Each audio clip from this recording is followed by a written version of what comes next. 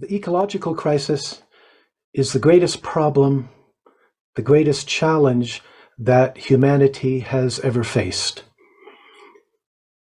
Eco-dharma is the Buddhist response to that challenge.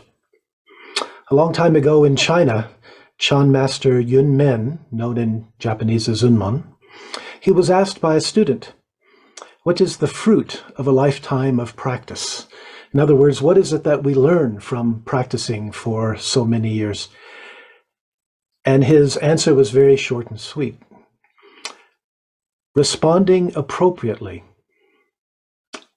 That's all he said. And I think it's very important because it reminds us our path isn't about transcending the world in the sense of escaping it, becoming indifferent to what's happening here, but transcending our usual way of experiencing the world so that we can realize its true nature, our own true nature, and indeed respond more appropriately.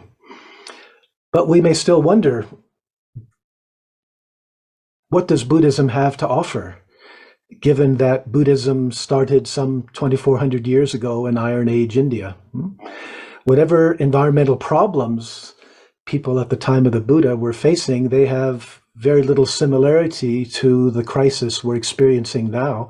And indeed, all of the Asian Buddhist traditions are pre-modern. So we may wonder, what does Buddhism have to offer? Indeed, we can't simply turn to Buddhist texts, sutras or shastras, and read what it is that we should do.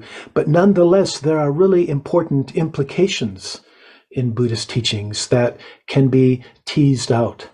And I would like to just mention two of them that for me are very much at the heart of Eco-dharma.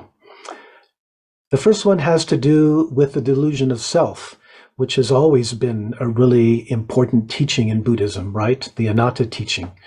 The teaching that the sense of a self as being separate from the world it's in, using modern language, we can say that that's a construct, a psychological and social construct that Buddhism can help us deconstruct.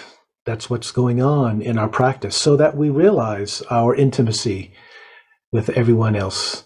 As Dogen put it, the great Japanese Zen master Dogen, to study the Buddha Dharma is to study ourselves, and to study ourselves is to forget ourselves and realize our intimacy with all things. Today, I think it's important to realize that this teaching not only applies individually, but also collectively. That we as a species have a collective sense of self that feels separate from the rest of the earth, from the rest of the biosphere.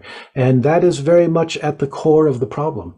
That it's not going to be sufficient to change our technologies about producing energy. Fundamentally, the problem is going to require us realizing our non-duality with the earth. That we're not a species that can simply treat the earth as a source of raw materials or as a dump, but we are a manifestation of the earth, and we need to realize what that implies. The second teaching that really stands out for me is and I really think this is the single most important teaching of Buddhism as applied to the ecological crisis, is simply the Bodhisattva path. Bodhisattvas have a double practice. They continue to work on their own personal transformation, their own awakening, but they also know that that's not sufficient, that they're also engaged in the world. And sometimes that's understood as a kind of a sacrifice, but that's not really the case. It's part of the self-transformation process. As we begin to wake up, see through the delusion of a separate self and realize our non-duality with everyone and everything else. So the meaning of our lives naturally shifts from what's in it for me to, realizing that I'm not separate from you and the earth, the rest of the earth. What can I do? What can we do to make this a better world for all of us? These are the two teachings that really stand out, I think. Seeing through the delusion of a separate self and how this applies not just individually, but collectively, realizing our non-duality with the earth, and the Bodhisattva path, which puts this into practice. As we continue to work, as we continue to focus on our own individual transformation with our meditations and so forth, but we also need to realize that needs to go along with engagement. Today, we can see pretty clearly social and ecological engagement.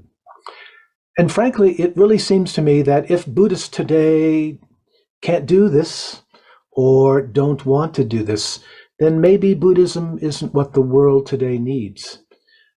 But what I've tried to point to, however briefly, is in fact that I think Buddhism has something very important to offer. And I hope it's something that you and I and the Buddhist tradition today can begin to embody.